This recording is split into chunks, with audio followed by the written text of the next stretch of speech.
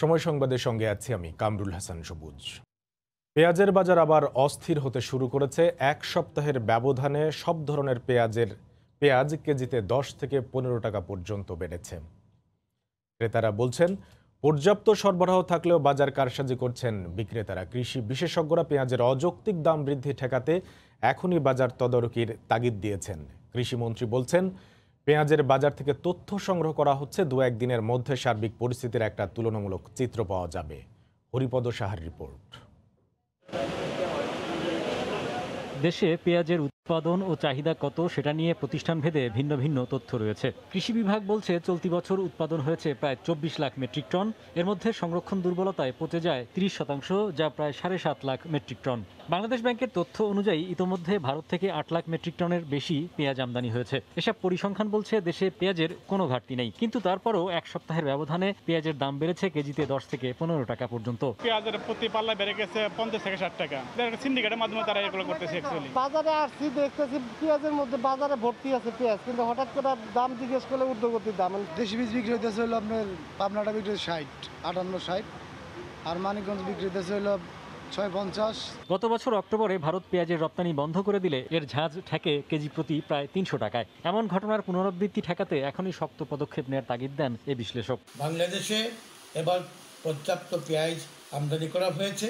উৎপাদিত পেঁয়াজ, কৃষকের উৎপাদিত পেঁয়াজ থাকা সত্ত্বেও একটি চক্র আজকে আপনার পেঁয়াজের দাম বৃদ্ধি করে নৈরাজ্যকর পরিস্থিতি আপনার সৃষ্টি করতে তারা একটা নাটক সাজাচ্ছে। আমরা মনে করি এই ক্ষেত্রে সরকারের অবশ্যই আপনার মনিটরিং জোরদার করা উচিত। বাণিজ্য মন্ত্রণালয় সংবাদ বিজ্ঞপ্তিতে জানিয়েছে, অবৈধ মজুদ ও কৃত্রিম সংকট সৃষ্টির মাধ্যমে পেঁয়াজের মূল্য বাড়ানোর চেষ্টা করা হলে সরকার কঠোর আইনি ব্যবস্থা নেবে। আমরা বলতেছি এটাকে ইম্পোর্টটাকে বাড়ানোর জন্য আমরা ওয়াচ করছি। আমাদের কৃষি মার্কেটিং ডিপার্টমেন্ট তারাও বাজারই করতেছে।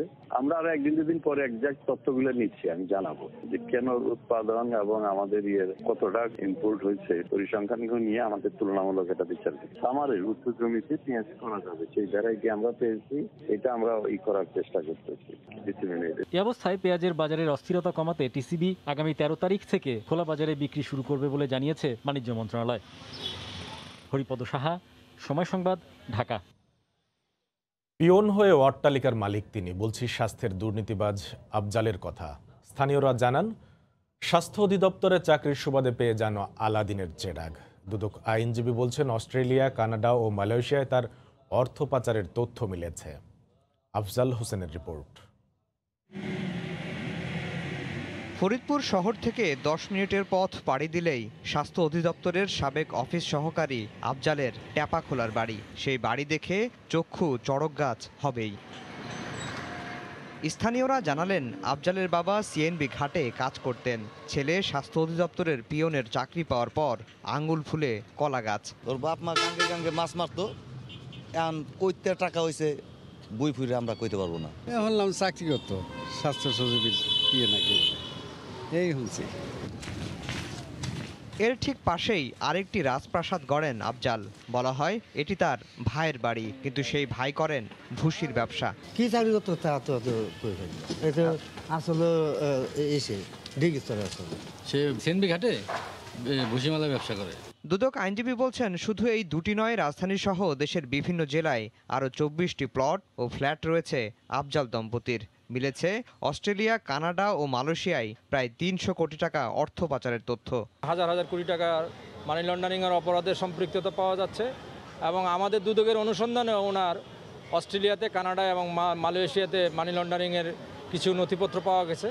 দীর্ঘদিন আত্মগোপনে থাকার পর সম্প্রতি কোর্টে আত্মসমর্পণ করেছে আফজাল। এখনও ধরাছোঁয়ার বাইরে তার স্ত্রী।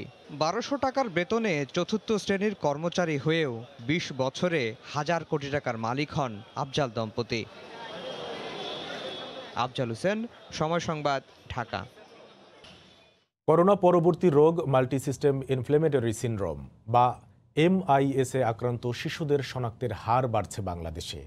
চলতি বছরের এপ্রিলে যুক্তরাজ্য ও যুক্তরাষ্ট্রে শনাক্তের পর মে মাসেই বাংলাদেশে প্রথম শনাক্ত হয় রোগটি। এই রোগে কিডনি, হার্ট, লিভার সহ একাধিক অঙ্গ একসঙ্গে আক্রান্ত হওয়ায় শিশুদের মৃত্যু ঝুঁকি বেশি থাকে। তবে 72 ঘন্টার মধ্যে চিকিৎসা শুরু করতে পারলে রোগীদের সহজেই সুস্থ জীবনে ফেরানো সম্ভব বলে মত চিকিৎসকদের। শামসুল আরিফিন প্রিন্সের ছবিতে দেখুন মুজাহিদ শুভর রিপোর্ট। সম্প্রতি ঢাকা শিশু হাসপাতালে বিরল রোগ এমআইএসে আক্রান্ত হয়ে ভর্তি হয়েছে 3টি শিশু। একজন সুস্থ হয়ে বাড়িতে ফিরলেও দুজন এখনও চিকিৎসাধীন। 105-এর উপর জ্বর হচ্ছে, তার যা খাইতো সাথে সাথে বমি করে ফেলে দিত, আর প্রচুর পাতলা পায়খানা ছিল। ও উঠতে পারতো না, ওর শরীরে প্রচন্ড ব্যথা ছিল, র্যাশগুলো বেড়ে যাচ্ছিল শরীরে, খাওয়া দাওয়া তো বন্ধ, কিচ্ছু খাইতো না।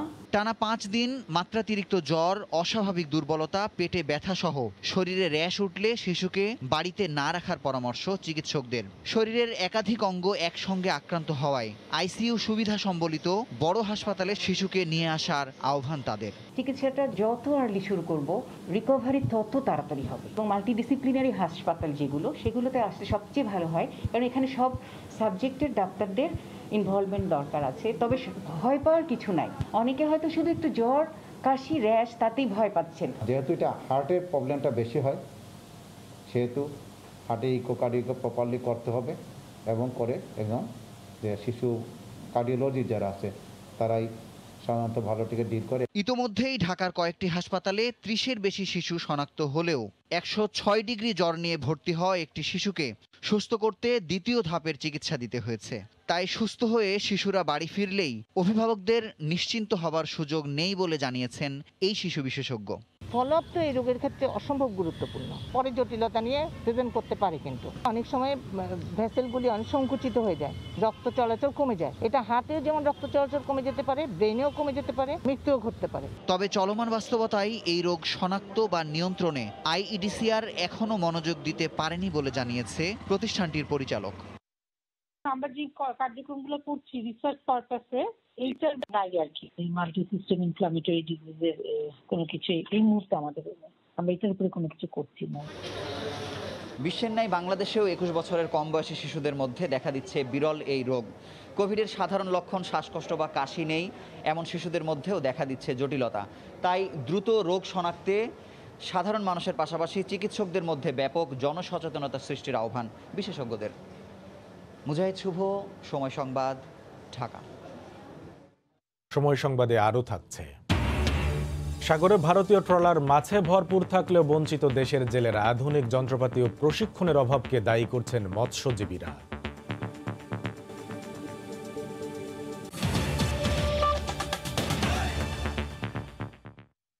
করোনার প্রভাবে পুরান ঢাকার ঐতিহ্যবাহী মুখরোচক খাবার, হোটেল, রেস্তোরাঁ ব্যবসায় নেমেছে স্থবিরতা।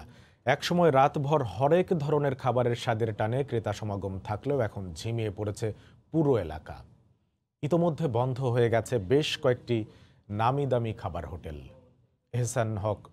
এহসানুল হক শাওনের রিপোর্ট। পুরান ঢাকা 400 বছরের ইতিহাস, ঐতিহ্যের সঙ্গে জিভে জল আনা সুস্বাদু নানা খাবারের জন্য সুখ্যাতি রয়েছে এখানকার। শুরু থেকেই এই এলাকার খাবার মন জয় করেছে বাঙালি থেকে ভিনদেশিদের। কাচ্চি বিরিয়ানি, কাবাব, জাফরান মিষ্টি, বাকরখানি কিংবা লাচ্ছি সবই যেন মোগলদের আভিজাত্য। নাজিরা বাজার ফেমাস বিরিয়ানি, তো খাওয়া আসা এনজয়টা অন্যরকম। কাচ্চি খেলাম, যে ফেমাস, যে পছন্দের একটা জিনিস, খাবারটা অনেক টেস্টি। প্রায় তো 3-4 মাস পরেই আসলাম, লকডাউনের মধ্যে তার আসা অনেক। যখনই আসি না কেন মনে হচ্ছে যে এখানে কোনো দিন আর রাতে কোনো তফাৎ নেই। কিন্তু সেই আভিজাত্যে ভাটা পড়েছে। একসময় দিন ছাড়িয়ে রাতভর এখানকার হোটেল রেস্তোরাঁয় ধুম বেচাকেনা হলেও করোনা পাল্টে দিয়েছে সব চিত্র। নেই আগের মতো লোক সমাগম। করোনা আগে যে বেচাকেনা ছিল তার থেকে পড়ায় 4 ভাগের 1 ভাগ বেচাকেনা এখন নাই। অনেক দোকানপাট তো বন্ধ হয়ে গেছে। এদিকে ক্রেতা সমাগম কম হওয়ায় রাতভর বেচা বিক্রি বন্ধ রাখছেন অনেকেই। সরজমিনে গিয়ে দেখা যায় হোটেল আল রাজ্জাক, নাজিরা বাজারের হাজির বিরিয়ানি, হানিফ বিরিয়ানি, বিসমিল্লাহ কাবাব সহ নামিদামি সব খাবার দোকান বন্ধ। যা খোলা আছে তাতেও নেই উল্লেখযোগ্য বেচা বিক্রি। ক্রেতা না থাকায় বন্ধ হয়ে গেছে চানখারপুলের ধানসিঁড়ি সহ বেশ কয়েকটি হোটেল। খুব খারাপ বেচা কিনা, একটা কাস্টমারও থাকে না, অনেক খাবার রয়ে গেছে। তারপরেও বসে রয়েছে, দেখি কিছু যায় কিনা, কিন্তু যাইতেছে। ঢাকা বিশ্ববিদ্যালয় ও বুয়েট ক্যাম্পাস বন্ধ থাকায় পলাশীর মোড়েও নেই মানুষের বিচরণ। ফাঁকা সড়কের পাশে একটি চায়ের ফ্লাক্স নিয়ে বসে আছেন শুধু জমির আলী। করোনার কারণে গরিব মানুষ মরতাছি, স্কুল কলেজ যত না খোলা হইব হইব না, ব্যবসা বাণিজ্য। করোনাকে জয় করে নগরী আবার জেগে উঠবে এমনটাই প্রত্যাশা সবার। এহসানুল হক শাওন, সময় সংবাদ, ঢাকা। করোনায় আক্রান্ত হয়ে দেশে একদিনে আরও 36 জন মারা গেছেন। নতুন শনাক্ত হয়েছেন 1892 জন রোগী। এ নিয়ে গতকাল দুপুর পর্যন্ত দেশে মোট রোগীর সংখ্যা 3,29,251 জন।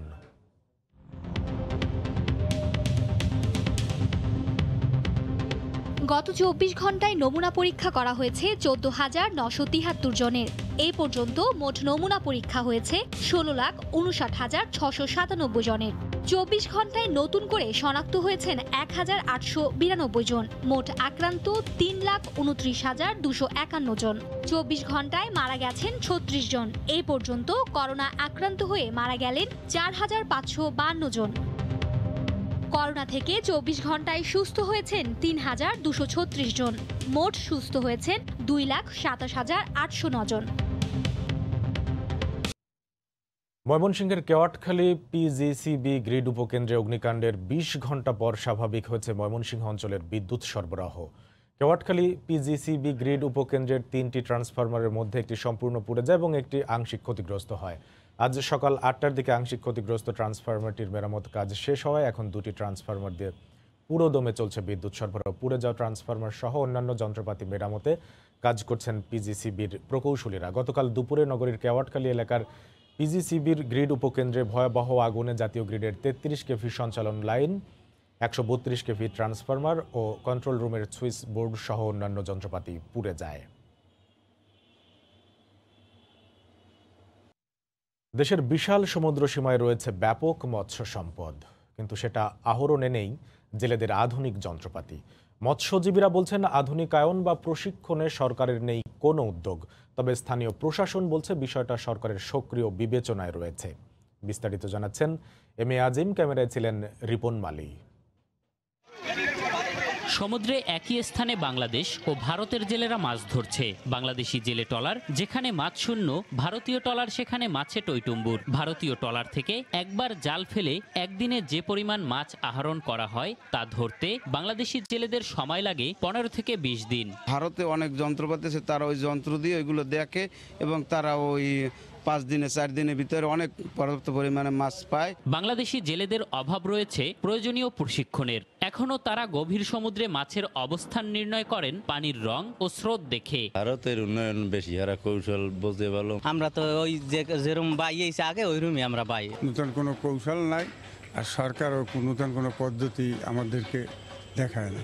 মৎস্যজীবীদের এই নেতার দাবি, সরকারিভাবে ভর্তুকি দিয়ে মাছ ধরার আধুনিক সরঞ্জাম দেয়া হলে সমুদ্র থেকে কয়েক গুণ মাছ আহরণ বাড়বে। যদিও আমাদের এই কিছু সরঞ্জাম সরকারিভাবে দেওয়া হইতো, একটা দাম নির্ধারণ করে দেওয়া হইতো, একটু কম দামে দেওয়া হইতো, তাহলে আমরা অনেকেই কিনতে পারতাম এবং আমরা এটা নিয়ে সাগরে গেলে আমরা মাছও বেশি পাইতাম। তবে আধুনিকায়নের বিষয়টি সরকারের সক্রিয় বিবেচনায় আছে বলে জানান জেলা প্রশাসনের শীর্ষ কর্মকর্তা। আমরা মৎস্যজীবীদের আধুনিক যন্ত্রপাতি এবং আধুনিকায়ন করার জন্য ইতিমধ্যে সরকারের দৃষ্টি আকর্ষণ করেছি। এটি সরকারের সক্রিয় বিবেচনায় রয়েছে। আগামী 4 বছরের মধ্যে জেলেদের মাছ ধরার কৌশল ও আধুনিকায়নের পরিকল্পনা রয়েছে বলে জানায় মৎস্য বিভাগ। বাংলাদেশের সমুদ্র সীমায় 8 মিলিয়ন মাছ মজুদের বিপরীতে প্রতি বছর 7 লাখ মেট্রিক টন মাছ আহরণ করে বাংলাদেশি জেলেরা। যথাযথ আহরণ কৌশল, সংরক্ষণ ও টেকসই ব্যবস্থাপনার মাধ্যমে সামুদ্রিক মৎস্য সম্পদ হয়ে উঠতে পারে বাংলাদেশের সুনীল অর্থনৈতিক স্তম্ভ। এম এ আজিম, সময় সংবাদ, বরগুনা। দেখছেন সময় সংবাদ। গত এক সপ্তাহ ধরে নাব্য সংকটে শিমুলিয়া কাঁঠালবাড়ি নৌরুটে ফেরি বন্ধ থাকায় ঝুঁকি নিয়ে লঞ্চ ও স্পিড বোটে পদ্মা পার হচ্ছেন যাত্রীরা। এদিকে এর প্রভাবে পাটুরিয়া দৌলতদিয়া রুটে বেড়েছে যানবাহনের চাপ। দীর্ঘ সময় ধরে চলমান ড্রেজিং এর পরও সমাধান হয়নি শিমুলিয়া কাঁঠালবাড়ি নৌরুটের নাব্য সংকট। এক সপ্তাহ ধরে এই রুটে ফেরি চলাচল বন্ধ থাকায় বিপাকে পড়েছেন ছোট বড় যানবাহনের চালক ও যাত্রীরা। পাড়েই গাড়ি রেখে অনেকে লঞ্চে বা স্পিড বোটে পাড়ি দিচ্ছেন পদ্মা। বিকল্প হিসেবে পাটুরিয়া দৌলতদিয়ায় ভিড় করছেন তারা। এতে ঢাকা আরিচা সড়কে দীর্ঘ হচ্ছে যানবাহনের সারি। পারাপারের অপেক্ষায় থেকে দুর্ভোগে সহস্রাধিক যানবাহনের চালক ও যাত্রীরা।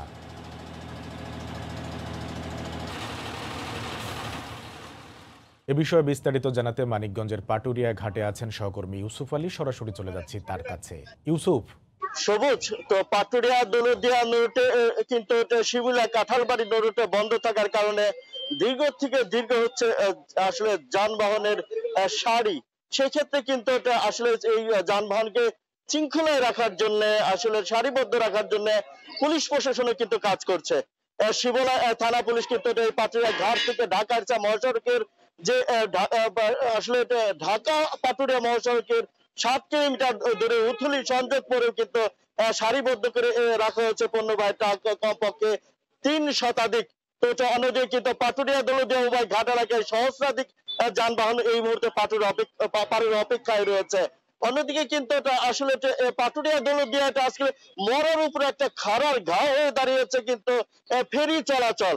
এই রুটে কিন্তু 2টি ফেরি মাত্র বৃদ্ধি করা হয়েছে এই শিমুলিয়া কাঁঠালবাড়ি বন্ধ থাকার কারণে এই চাপকে সামাল দিতে, তার কিন্তু খুবই অপ্রতুল। আর সেই ক্ষেত্রে কিন্তু আজকে রাতে অর্থাৎ রাত ঠিক সন্ধ্যা রাতের দিকে গত 4টি ফেরি পরপর 2টি রোরো ফেরি এবং কি 2টি ছোট ফেরি কিন্তু বিকল হয়ে যায়। সেই বিকল হওয়ার কারণে কিন্তু যানবাহনের যে সারি সেটা কিন্তু আরো দীর্ঘ হচ্ছে এবং ভোগান্তি কিন্তু চরম আকার ধারণ করেছে এই পাটুরিয়া দৌলতদিয়া রুটে। সেই ক্ষেত্রে আমি ঘাট কর্তৃপক্ষের সাথে কথা বলেছি। আমি ঘাট কর্তৃপক্ষের কাছে জানতে চাইছিলাম এই কতক্ষণ নাগাদ এই 4টি যে ফেরিতে যে মেরামতে রয়েছে স্রোতের বিপরীতে চলতে গিয়ে সেই ক্ষেত্রে তারা কতক্ষণ নাগাদ সেটা সচল করবে। তারা বলছে আসলে 10টা নাগাদ 2টি ফেরি আবার এই রুটে সংযোগ করা লাগতে পারে। এই মুহূর্তে কিন্তু পাটুরিয়া দৌলতদিয়ার উভয় ঘাটে কিন্তু বাস এবং ছোট যানবাহনের বেশ চাপ রয়েছে। এই ছিল সবুজ আমার কাছে পাটুরিয়া ঘাট থেকে সর্বশেষ অবস্থা। পাটুরিয়া দৌলতদিয়া নৌ রুটে ফেরি চলাচলে ভোগান্তির খবর জানাচ্ছিলেন সহকর্মী ইউসুফ আলী। ভোলাসহ উপকূলীয় 7 জেলার 16 উপজেলার উপকূলীয় চরাঞ্চলে সমন্বিত প্রাণী সম্পদ উন্নয়ন প্রকল্পে 10 কোটি টাকার অনিয়ম ও দুর্নীতির অভিযোগ উঠেছে প্রকল্প পরিচালক নিতাই চন্দ্র দাসের বিরুদ্ধে, যার প্রমাণও পেয়েছে মন্ত্রণালয়ে গঠিত তদন্ত কমিটি। তবে অভিযুক্ত প্রকল্প পরিচালক অনিয়মের কথা অস্বীকার করেছেন। নাসির উদ্দিন লিটনের তথ্য ও উৎপল দেবনাথের ছবি নিয়ে রিপোর্ট। বিশেষ অগ্রাধিকার প্রকল্পের অধীনে 95 কোটি টাকা ব্যয়ে উপকূলীয় চরাঞ্চলে সমন্বিত প্রাণী সম্পদ উন্নয়ন প্রকল্প গ্রহণ করে প্রাণী সম্পদ অধিদপ্তর। এর আওতায় ভোলা জেলায় দৌলত খান, লালমোহন ও চরফ্যাশন উপজেলার 15টি ইউনিয়ন রয়েছে। 2019 সালের শেষ দিকে মাঠ পর্যায়ে কাজ শুরু হয় প্রকল্প পরিচালক ডাক্তার নিতাই চন্দ্র দাসের তত্ত্বাবধানে। ডিপিপি অনুযায়ী প্রতিটি সুবিধাভোগীকে 20টি হাঁস, 20টি মুরগি, 3টি ভেড়া, একটি শেড ভ্যাকসিন ও খাদ্য সামগ্রী দেওয়ার কথা। কিন্তু নামে বেনামে যেসব উপকরণ ও প্রাণী সরবরাহ করা হয়েছে তাতে প্রকল্পের প্রায় 10 কোটি টাকা অনিয়ম ও দুর্নীতির অভিযোগ উঠেছে প্রকল্প পরিচালকের বিরুদ্ধে। যে সমস্ত হাঁস মুরগি ভেড়া দিয়েছে সম্পূর্ণই মারা গেছে এবং নিম্নমানের খাদ্য দিছে। সরবরাহ করা হাঁস মুরগির অধিকাংশই বিতরণের পরপরই মারা যায়। জীবিত হাঁস মুরগির জন্য বর্তমানে যেসব খাবার সরবরাহ করা হচ্ছে তাও পচা ও খাবার অনুপযোগী বলে দাবি সুবিধাভোগীদের। আমার ইউনিয়নে পুরো সার্ভে আমি করে দিয়েছি, আমার 2000 টাকা দিছে আর ফর্ম বাবদ 1000 টাকা। প্রকল্পের তদন্তে অনিয়ম ও দুর্নীতির প্রমাণ পাওয়ার কথা জানান তদন্ত কর্মকর্তা। খাবার দেওয়া হয়েছে সেগুলো নিম্নমান, তো আমরা সেটি এবং এখানে যে ট্রেনিংটা দেওয়া হয়েছে হাঁস মুরগি পালনের জন্য সেই ট্রেনিংয়ের ক্ষেত্রে দেখা যাচ্ছে যে ক্লাস না নিয়ে ট্রেনিংয়ের ভাতা নিয়ে যাওয়া হয়েছে। তবে সব অভিযোগ অস্বীকার করে প্রকল্প সঠিকভাবে চলছে বলে দাবি প্রকল্প পরিচালকের। বলবগীদের উপকরণ, প্রশিক্ষণ থেকে শুরু করে সকল কাজ সুন্দরভাবে হয়েছে এবং খুব ভালোভাবে প্রকল্প চলছে। উপকূলের 16 জেলার 34,408 জন নারী এ প্রকল্পের সুবিধাভোগী। প্রাথমিক পর্যায়ে 20,000 সুবিধাভোগীর মধ্যে হাঁস, মুরগি, ভেড়া, শেড ও খাবার সরবরাহ করা হয়েছে। সময় সংবাদ, ভোলা। বরিশালে অনিয়মের অভিযোগে 2 পুলিশ কর্মকর্তাকে সাময়িক বরখাস্ত করা হয়েছে। তারা হলেন কোতোয়ালি থানার এসআই বশির আহমেদ ও এএসআই শরীফুল ইসলাম। মঙ্গলবার কোতোয়ালি থানার ভারপ্রাপ্ত কর্মকর্তা নুরুল ইসলামের তথ্য নিশ্চিত করেন। তাদের বিরুদ্ধে নির্ধারিত এলাকার বাইরে গিয়ে দায়িত্ব পালন ও ক্ষমতার অপব্যবহারের অভিযোগ প্রমাণিত হয় এই সিদ্ধান্ত নেওয়া হয়েছে বলেও জানান তিনি। বরখাস্তকৃতদের পুলিশ লাইনে স্থানান্তর করা হয়েছে। এ পর্যায়ে শীর্ষ সংবাদে জানিয়ে দিচ্ছে আরেক। শিমুলিয়া কাঁঠালবাড়ি নৌ রুটে ফেরি বন্ধ থাকায় ঝুঁকি নিয়ে লঞ্চ ও স্পিড বোটে পদ্মা পার হচ্ছেন যাত্রীরা। পাটুরিয়া দৌলতদিয়ায় বেড়েছে যানবাহনের চাপ। এই ছিল এখনকার মতো, সঙ্গে থাকুন সময়ে।